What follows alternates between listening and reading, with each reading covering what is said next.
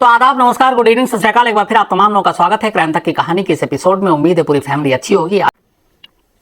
Arushi case आप सभी को याद होगा। 2008 करीब 11-8-19 साल हो गए, नहीं बल्कि 11-2-13 साल हुए, माफ कीजिएगा। आज भी ये केस अनसुलझा है और हिंदुस्तान के किसी भी क्राइम के अनसॉल्व केसेस की जब जब बात होगी, आरुषि हमेशा उसमें एक जगह होगी। इसलिए मैं ये कह रहा हूँ अनसुलझा आज भी है कि आपको पता है, कई बार मैं बताया हूँ कि लोअर कोर्ट सीबीआई के स्पेशल कोर्ट ने आरुषि के माँ बाप को कातिल करार दिया, उम्र कैद की सज़ा दी थी, लेकिन इलाहाबाद हाई कोर्ट ने दोनों को बरी कर दिया। इसके बाद सीबीआई ने इसे सुप्रीम कोर्ट में चैलेंज किया, मामला वहीं लटका हुआ है। तो फिलहाल की तस्वीर ये है कि आरुषि केस में कातिल कौन है नहीं मालूम, क्योंकि एक कोर्ट ने सज़ा दी थी, एक ने बरी कर दिया। कत्ल क्यों हुआ, इसको भी लेके सारी कहानियां थी, लेकिन कोई नहीं जानता। सेम ऐसा ही एक केस आज से 25 साल पहले अमेरिका में हुआ और आज 25 साल के बाद भी ये केस अनसॉल्व्ड है, अनसुलझा है। इसको लेके बहुत सारी बातें हुई, बहुत तमाम चीज़ें हुई। इस केस में बहुत सारी सिमिलरिटीज़ हैं, समानताएं हैं। जब आरुषि का कत्ल हुआ उस दिन, उस रात, बल्कि उस घर में 4 लोग थे। आज की जो मैं कहानी अमेरिका की सुनाने जा रहा हूं, उस दिन भी उस घर में 4 लोग थे, जैसे आरुषि के घर में थे। आरुषि का कत्ल हुआ रात के वक्त। अमेरिका की इस आरुषि का कत्ल भी हुआ रात के वक्त। आरुषि की लाश मिली घर के अंदर ही। अमेरिका की इस आरुषि की लाश भी मिली घर के अंदर ही। कई समानताएं, इसके अलावा एक और, इस आरुषि के कत्ल को लेकर माँ बाप के ऊपर शक गया। अमेरिका की इस आरुषि को लेकर भी माँ बाप के शक के घेरे में रहे। तो ये बहुत सारी सिमिलरिटीज थी और ये कहानी अपने आप में बेहद हैरान करने वाली और चौंकाने वाली है, क्योंकि इस कहानी में जो कुछ हुआ, एक ज़माने में अमेरिका के अखबारों में, टीवी पे ये खबरें छाई रहती थी। कहानी है कोलोराडो में एक जगह है, बॉर्डर, वहां की। जॉन बेनेट रैमजी, एक 6 साल की बेहद प्यारी, बेहद खूबसूरत बच्ची। 6 साल की उम्र में ही उसने 5 ब्यूटी कंपटीशन जीते थे। उसकी तस्वीरें आप देखिए। मैं कहूँगा आज दीपक और बाकी लोगों से बीच बीच में डाल दें, मतलब बहुत ही प्यारी देखने में। जॉन बेनेट की जो माँ पैट्रिका पेस्ट्री, ये भी एक ब्यूटी क्वीन के तौर पर अपने करियर किया और बहुत सारे कंपटीशन जीते और अपनी बेटी को भी अब उसी रास्ते पर ले जा रही थी। इनके जो पिता हैं जॉन रैमजी, ये एक एक्सेस ग्राफिक्स कंपनी है, उसमें ये काम करते थे और अच्छे खासे पोजीशन पे थे। और इनका एक बेटा भी था, बर्के रैमजी। तो इस घर में कुल 4 लोग थे, माँ बाप, एक बेटी और एक बेटा। भाई जो है वो 7 साल का था करीब, बल्कि 9 साल का, और जॉन बेनेट थी 6 साल की प्यारी सी बच्ची। 6 अगस्त 1990 में इसका जन्म हुआ था और सिर्फ 6 साल के बाद मौत। बात 26 दिसंबर 1996, 26 दिसंबर 1996 की है। बॉर्डर के अपने घर में रात का वक्त था, देर रात बल्कि हो चुकी थी। दोनों बच्चों को सुलाने के बाद पति पत्नी जो हैं पैट्रिका और उसके हस्बैंड जॉन रैमजी, ये भी अपने कमरे में सो रहे थे। देर रात ही उठते हैं तो अचानक देखते हैं कि जॉन बेनेट अपने कमरे में नहीं है। अब उसे ढूंढना शुरू करते हैं, आवाज़ देते हैं, पूरे घर में ढूंढते हैं, वो नहीं मिलती। ढूंढते ढूंढते ये लोग किचन में पहुंच जाते हैं। जब किचन में पहुंचती है जॉन बेनेट की माँ पेस्ट्री, तो देखती है कि वहां एक नोटपैड पे नोट लिखा हुआ है और वो 2.5 पन्नों का नोटपैड लेटर था। एक जो नोटपैड था वो उसी घर का था, जो कलम यूज किया गया था लिखने के लिए वो भी उसी घर का था। और उस 2.5 पन्ने के नोट में लिखा था कि जॉन बेनेट, आपकी बेटी हमारे कब्जे में है और उसके लिए आपको रैंसम देना है, और अगर आप पुलिस के पास गई या किसी रिश्तेदार को बताया तो फिर हम इसे मार देंगे। साथ में यह भी लिखा था कि 99.2% चांसेस है कि हम इसे मार देंगे। अब ये बड़ा अजीब था, कोई 100% कहता है या सीधे कहता हम मार डालेंगे। यहाँ पे लेकिन जिसने भी नोट लिखा वो लिख रहा 99.2% चांस है कि हम मार डालेंगे। खैर, इस लेटर को पढ़ने के बाद अब फैमिली पुलिस को कॉल करती है। पुलिस सुबह सुबह करीब 6 बजे क्योंकि ये ढूंढते ये करते हुए सुबह हो गई थी। जॉन बेनेट के घर पहुंचती है। पुलिस वाले आते हैं, नोट पढ़ते हैं, फिर कहते हैं कि शायद बच्ची इधर उधर कहीं हो, ये भी चेक कर लेते हैं किसी ने शरारत की हो। क्योंकि पुलिस ने आने के बाद देखा एंट्री और एग्जिट, तो देखा कहीं फोर्सफुली कोई एंट्री नहीं है, कोई एग्जिट नहीं है। दरवाज़ा अंदर से बंद था, बाहर से लॉक भी नहीं था। सेम आरुषि केस में भी यही था, एंट्री एग्जिट सब कुछ सेफ था, बाहर से कोई खोलने का या किसी के आने और जाने का कोई पहचान, कोई निशानी, कोई सबूत नहीं मिला था। तो पुलिस सारी चीजें देखती है। फिर पुलिस को लगता है कि कोई घर से बाहर गया नहीं, बाहर से कोई अंदर आया नहीं, तो बच्ची यही होगी। वो ढूंढते हैं, ढूंढते ढूंढते वो बेसमेंट में भी जाते हैं। बेसमेंट में एक दरवाजा था, वो पुलिस वाला उस दरवाजे तक तो जाता है, फिर वहां से लौट जाता है। सेम आरुषि में हुआ था। आरुषि की लाश मिलने के बाद हेमराज को ढूंढने के लिए पुलिस नेपाल भेज दी गई और उस छत की सीढ़ी तक पुलिस की टीम गई थी, लेकिन छत का दरवाजा बंद था, ताला लगा हुआ था, चाबी मिली नहीं। पुलिस लौट आई और उसी छत पर हेमराज की लाश पड़ी थी।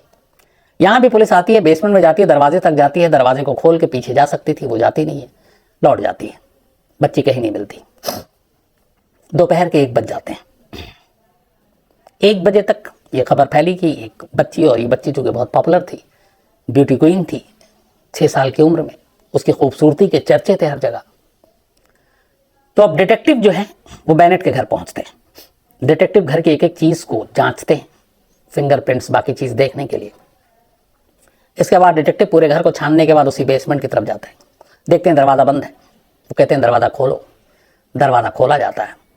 दरवाजे के उस पार 6 साल की जॉन बेनेट रैमजी की लाश पड़ी थी।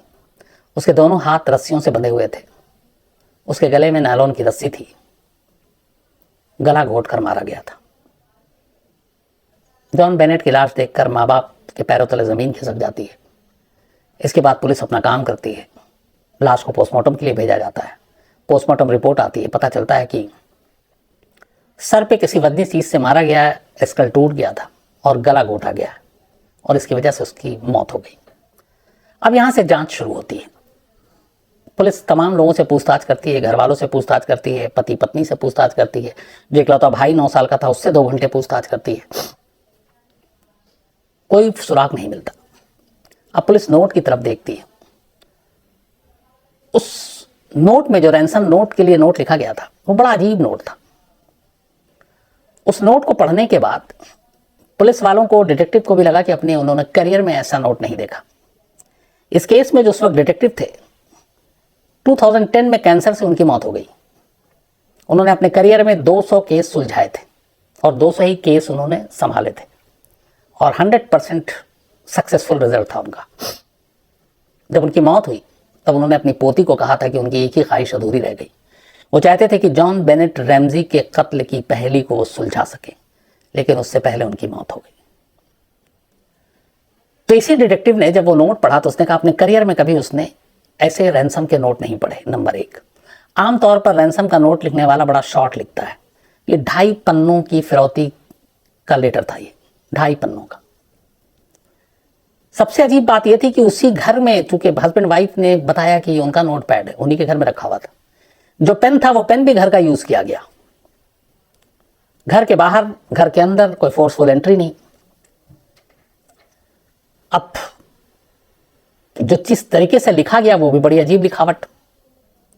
और सबसे अजीब बात यह थी, जो 2 चीजों की तरफ पुलिस का ध्यान दिया डिटेक्टिव का। एक कि 99.2% चांसेस ये हैं कि हम इसको मार डालेंगे, और दूसरा जो उन्होंने रैंसम मांगी, वैसे रैंसम के लिए कभी कोई लेटर शायद इसके पहले या उसके बाद इस दुनिया में किसी ने नहीं लिखा होगा जो इस लेटर में था। उसमें लिखा था कि आप अपनी बेटी की जान को बचाना चाहते हैं तो हमें $1,18,000 फिरौती के तौर पर दीजिए, 1,18,000। अब आमतौर पर लोग फिरौती मांगते हैं 1 लाख, 50 लाख, 100 लाख, 1 करोड़, 2 करोड़, 25 लाख, 10 लाख, 15 लाख। यहां फिगर राउंड है ही नहीं, 1,18,000। अब उसमें आगे लिखा था कि 1 लाख के जो रकम है वो आप मुझे $100 के उसमें देंगे और बाकी के जो 18,000 बचते हैं वो आप $20 की शक्ल में देंगे, और इस तरह से आप $1,18,000 हमें देंगे। अब समझ में नहीं आया डिटेक्टिव और बाकी लोगों को ये 1,18 क्यों मांगा। इसके बाद फिर पूछताछ होती है कि शायद फैमिली वाला कुछ बताए, किसी को जानता हो या कुछ ऐसा हो, या किसी का उधार लिया हो।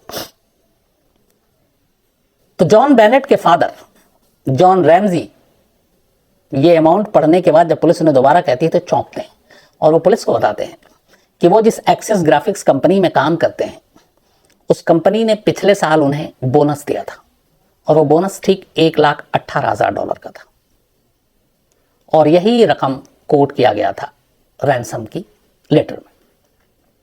अब ये अजीब इत्तेफाक था कि जितना बोनस मिला किडनैपर उतने ही पैसे मांग रहा है।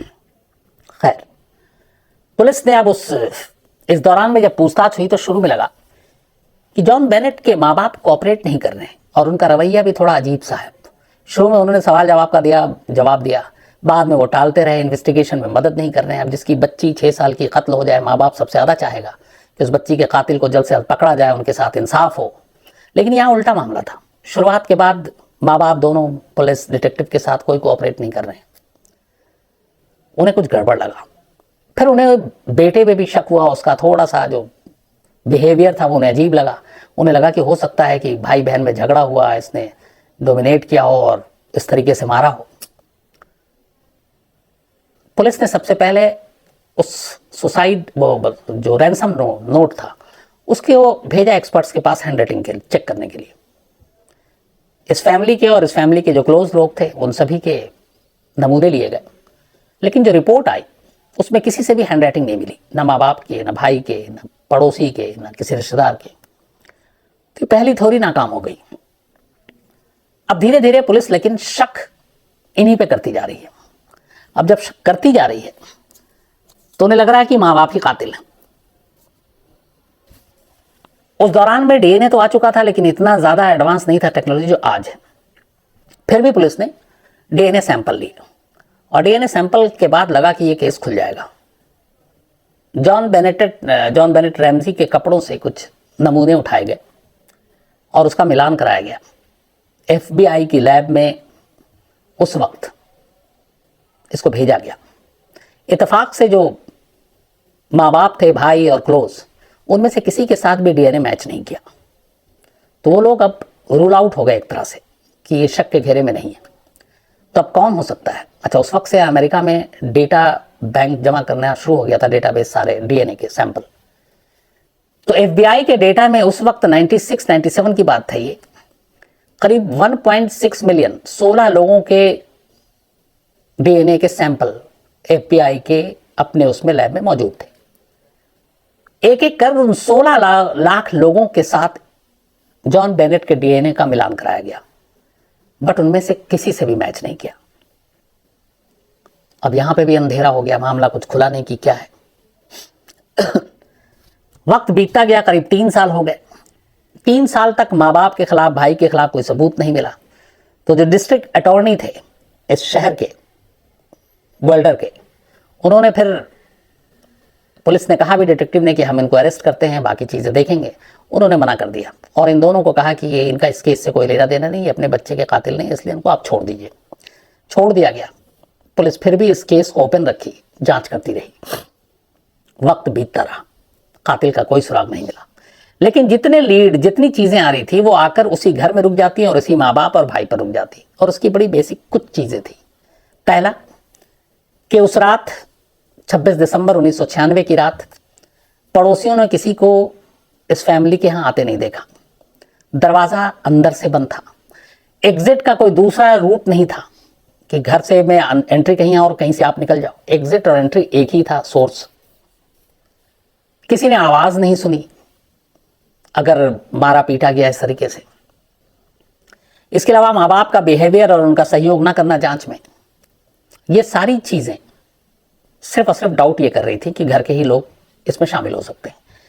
लेकिन ये सारे शक तो थे, इनके जवाब नहीं थे। ऊपर से डीएनए मैच नहीं किया, हैंडराइटिंग मैच नहीं की, तो अब क्या किया जाए? वक्त बीतता गया, लेकिन बॉर्डर पुलिस ने एक अच्छा काम किया। उसने कहा कि हम इस केस को क्लोज नहीं करेंगे, ये एक ओपन केस रहेगा। जब जब इसमें नए नए कोई सबूत मिलेंगे हम इसको आगे बढ़ाएंगे। बातचीत चलती रही, पूछताछ होती रही। बाद में भी बहुत सारे लोगों से पूछताछ हुई। कई साल बीत गए।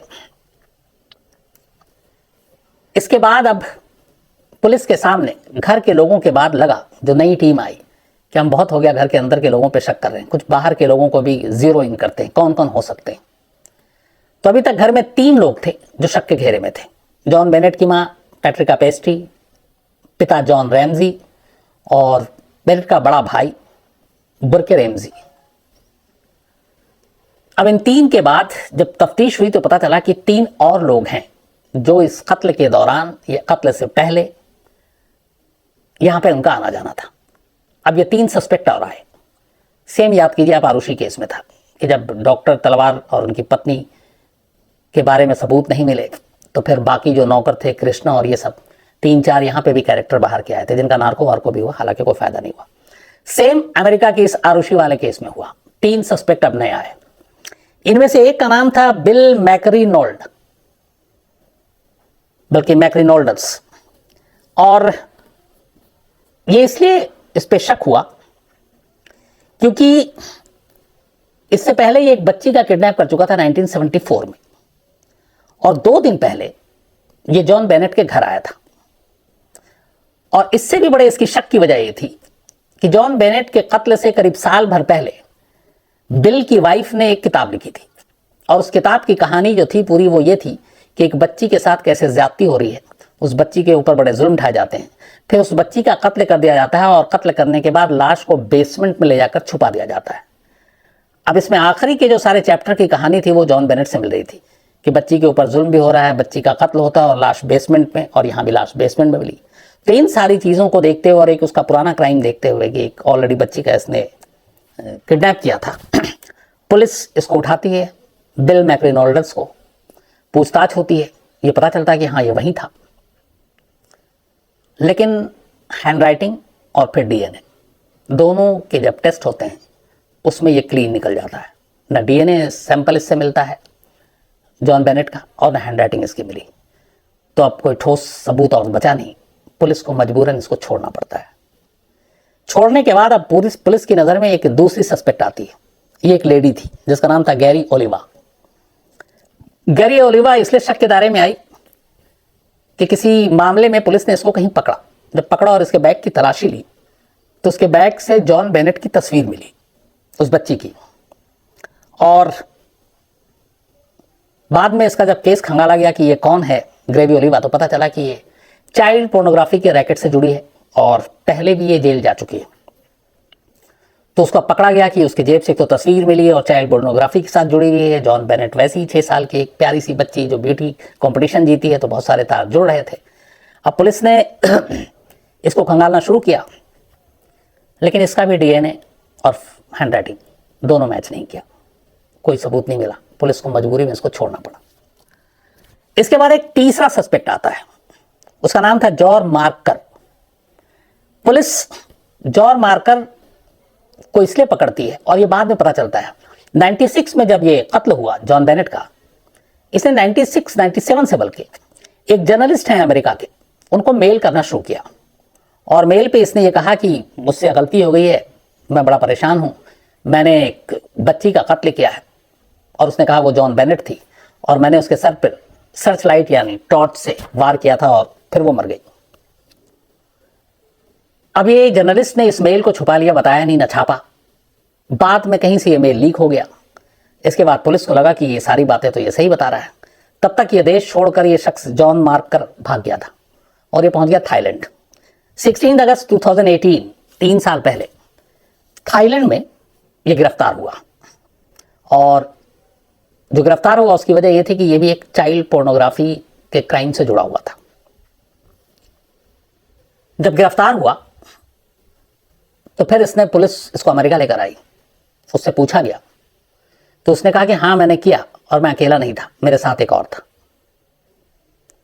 अब लगा कि चलो ये केस सुलट गया 2018 में, मतलब करीब 18 और 4 22 साल बाद।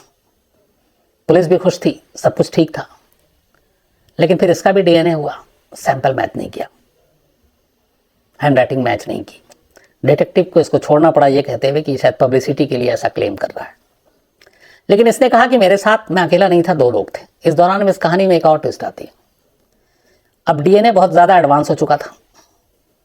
बाद में ये मामला फिर पहले दे दिया गया दूसरी एजेंसी को, फिर पुलिस ने वापस लिया, फिर इन्वेस्टिगेशन जारी थी। इसी दौरान में एक बार तय किया गया कि यार इस डीएनए सैंपल को और फिर से ठीक से जांच किया जाए। तो जब डीएनए सैंपल को दोबारा जांच किया गया तो पता चला पहली बार जब डीएनए सैंपल लिया गया था जॉन बेनेट का, तो उसमें किसी एक के मार्क मिले थे, निशान। लेकिन इस बार जब किया गया और नई टेक्नोलॉजी के साथ, तो पता चला एक नहीं, उसके जिस्म से 2 अलग अलग निशान मिले थे, यानी कत्ल के वक्त 2 लोग मौजूद थे। अब एक नया खुलासा इसने केस को अलग रंग दे दिया। जॉन मार्कर भी कह रहा था मैं अकेला नहीं, मेरे साथ एक और था, लेकिन उसका डीएनए मैच नहीं किया, बाकी चीजें मैच नहीं की। पुलिस को माँ बाप पे भी शक था, लेकिन उनका डीएनए मैच नहीं किया। तो अब सवाल यह है कि ये था क्या। इस डीएनए की जांच के बाद अब आगे और जांच की गई कि चलो अब 1 नहीं 2 था। तो जब आगे जांच की गई तो पता चला कि जो डीएनए सैंपल था वो दोषित था, मतलब 100% क्लियर नहीं था और 100% ओरिजिनल नहीं था। जिसने भी कत्ल किया था वो डीएनए के बारे में जानता था और शायद उसे पता था कि सैंपल के साथ कैसे छेड़छाड़ करते हैं, और वो इसीलिए उसने सैंपल के साथ ऐसा छेड़छाड़ किया कि सही जो रिपोर्ट है वो सामने ना आए। तो किसी खास चीज का इस्तेमाल किया गया था। अब इसके बारे में मैं किसी दिन और आपको पता करके बताऊंगा कि ऐसा क्या होता और ऐसा मुमकिन है। तो किसी खास चीज का इस्तेमाल किया गया, उस डीएनए सैंपल को जब उठाया गया ताकि वो ओरिजिनल ना हो, उसके साथ छेड़छाड़ हो, वो गलत हो, और इसीलिए पहली बार में 1 और दूसरी बार जब ज्यादा बेहतर टेक्नोलॉजी के साथ किया गया तो 2, लेकिन फिर पता चला कि वो डीएनए सैंपल ही एक तरह से दोषित था, छेड़छाड़ किया गया था, यानी खेल ये था। इसके बाद अब फिर एक बहस हुई, अगर ये डीएनए सैंपल के साथ छेड़छाड़ किया गया किसी खास चीज का इस्तेमाल करते हुए, और दूसरा ये कि 2 लोग इसमें थे, तो क्या वो 2 लोग माँ बाप थे? ये जॉन मार्कर जो कह रहा था वो सच था, और शायद इसीलिए किसी फैमिली मेंबर का डीएनए मैच नहीं किया। जॉन मार्कर का भी मैच नहीं किया, बिल मैक्रीडोनल्ड्स का भी मैच नहीं किया, गैवी ओलिवा का भी मैच नहीं किया। तो क्या ये सारी चीजें इसी वजह से हुई? वापस ये केस फिर से सुर्खियों में आया। हालांकि इस दौरान 2006 में जॉन बेनेट की मां पैट्रिका पेस्ट्री की कैंसर से मौत हो गई। पिता अभी भी है, भाई भी अब बड़ा है, वो अब करीब 34-35 साल का हो गया है। तो अब बाप और भाई और जो बाकी सस्पेक्ट हैं, इन लोगों के ऊपर क्या वाकई ये डीएनए सैंपल के जरिए छेड़छाड़ हुई और ये कुछ चीजें ऐसी हुई हैं? केस बंद नहीं किया गया है, केस अभी भी खुला है, 25 साल हो गए हैं, लेकिन नतीजे पर नहीं पहुंच पाया कोई। अब अगर डीएनए सैंपल के साथ ही छेड़छाड़ है और मान लीजिए कि 2 लोग थे और छेड़छाड़ कोई भी हो सकता, शक के घेरे में सबसे पहले, चूंकि लगातार पुलिस और वहां की डिटेक्टिव वो आखिर तक यही इसी बात पे रहे हैं कि बाहर से कोई कातिल आया ही नहीं है, कातिल घर के अंदर था, जिस बात की बहस आरुषि केस में हुई, लेकिन सबूत कुछ नहीं। तो कहानियां भी वहां है, कहानी ये भी यहाँ है। लेकिन यहाँ एक चीज और है इस कहानी में, आरुषि को लेकर बहुत सारी कहानियां बनाई गई, बताई गई कि क्यों मारा, मोटिव। यहां मोटिव आज तक क्लियर नहीं हुआ कि क्यों एक 6 साल की बच्ची को अगर माँ बाप ने मारा है तो क्यों मारा, वजह क्या थी। हालांकि इसमें जैसे एक है, ये जो जॉन मार्कर जो लास्ट में पकड़ा गया, उससे पूछा गया था कि तुमने चलो कत्ल किया, तुम दावा कर रहे हो, तो तुमने क्यों किया? उसने कहा मुझे उससे प्यार हो गया था। अब ये बात भी गले नहीं उतरी, एक 6 साल की बच्ची, वो कहाँ 40 साल से ऊपर, तो कैसे प्यार हो सकता है? लेकिन उसने दावा किया, लेकिन मैच नहीं किया। तो ये कहानी आज भी अधूरी है, क्योंकि केस अभी पूरा नहीं हुआ, जांच पूरी नहीं हुई, कल्प्रिट कोई पकड़ा नहीं गया, और इसीलिए जॉन बेनेट रैमजी की ये मर्डर की पहेली आज भी अनसुलझी है। तो ये थी कहानी, एक बेहद अजीब कहानी।